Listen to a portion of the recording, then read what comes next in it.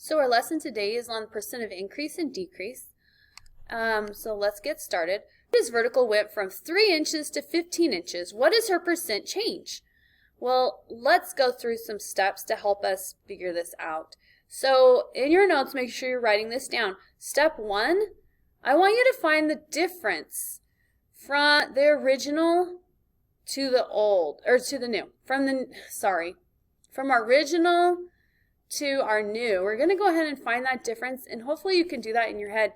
So 15 minus 3, and guys, when I'm saying find the difference, I want an absolute value. I do not want a negative number, because I could say 3 minus 15 is negative 12, but I want the absolute value. So we're going to go ahead and say that our difference between the two is just 12. We want that absolute value.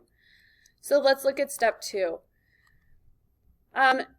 Step 2, we're going to set up the following ratio. I want my change over my original. We just figured out the change, or the difference. We said that it was 12. So let's go ahead and rewrite this as this ratio. So I have my 12 over my original. That was the first thing I started with. I started at 3, or Frida started at 3 inches. So we have the change over the original. And then we have our percent out of 100, and I don't know my percent. I'm going to call that x. So guys, all we have to do is cross multiply, divide by the odd guy out. So hopefully you can just tack on those 2 zeros. So we have 1200 equals 3x. We'll just go ahead and divide by that odd guy out. And you can use your calculator. You can probably do this one in your head. So hopefully if you got x equals 400. So let's see what this means. On to the next slide here. So for step 3, I need to make sure that this is in a percent. So this is 400 over 100. 400 out of 100. I know that a percent is always out of 100. So in other words, it changed 400%. That's pretty significant, isn't it? I have one more question for you before we finish this. Was this an increase or a decrease? Was this a percent increase or a percent decrease? And hopefully you noticed that she increased from 3 to 15 inches, so this was a huge increase. Frida must have been really practicing. If I can spell. Anyway, we'll just let that one go. How about? Okay, so let's keep moving along. The table shows the number of hours you spent admiring your reflection in the mirror. What is the percent change from Friday to Saturday? Well, so remember that we had our change over the original. So I need to find the difference between these two. And clearly if I say 1 minus 4, I'm going to get a negative 3, but I want the absolute value. So the absolute value of negative 3 is going to give me 3.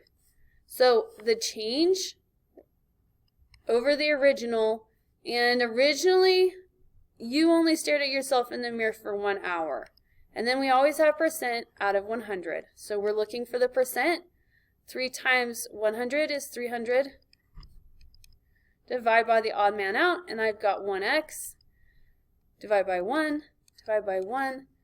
And it turns out that there was a 300%, and hopefully you noticed that this was an increase, 300% increase from Friday to Saturday, the amount of time that you spent staring at the mirror. Clearly you were in school on Friday, didn't have quite as much of an opportunity. Okay, I have one more for you. What is the percent of change for home runs from 2016 to 2017? So 2016, I have 28 home runs. 2017, 20 home runs. So the first thing I need to do is find the difference between the two, or the amount of change, and I have a change of 8. So I'm going to put my change on top over the original, which was 28. And we're finding a percent, which is always out of 100. So 8 times 100 is 800 equals 28 times x is 28x. We'll go ahead and divide by the odd guy out. 800 divided by 28, and I got 28, and I'm going to round to the nearest tenth, 0.6, and I need to change or make sure that I write this as a percent. 28.6%. Was this an increase or a decrease? That's my next question. Was it an increase or decrease? And this is actually, when you look at that, it was a decrease. We decreased in home runs by 28.6% from 2016 to 2017.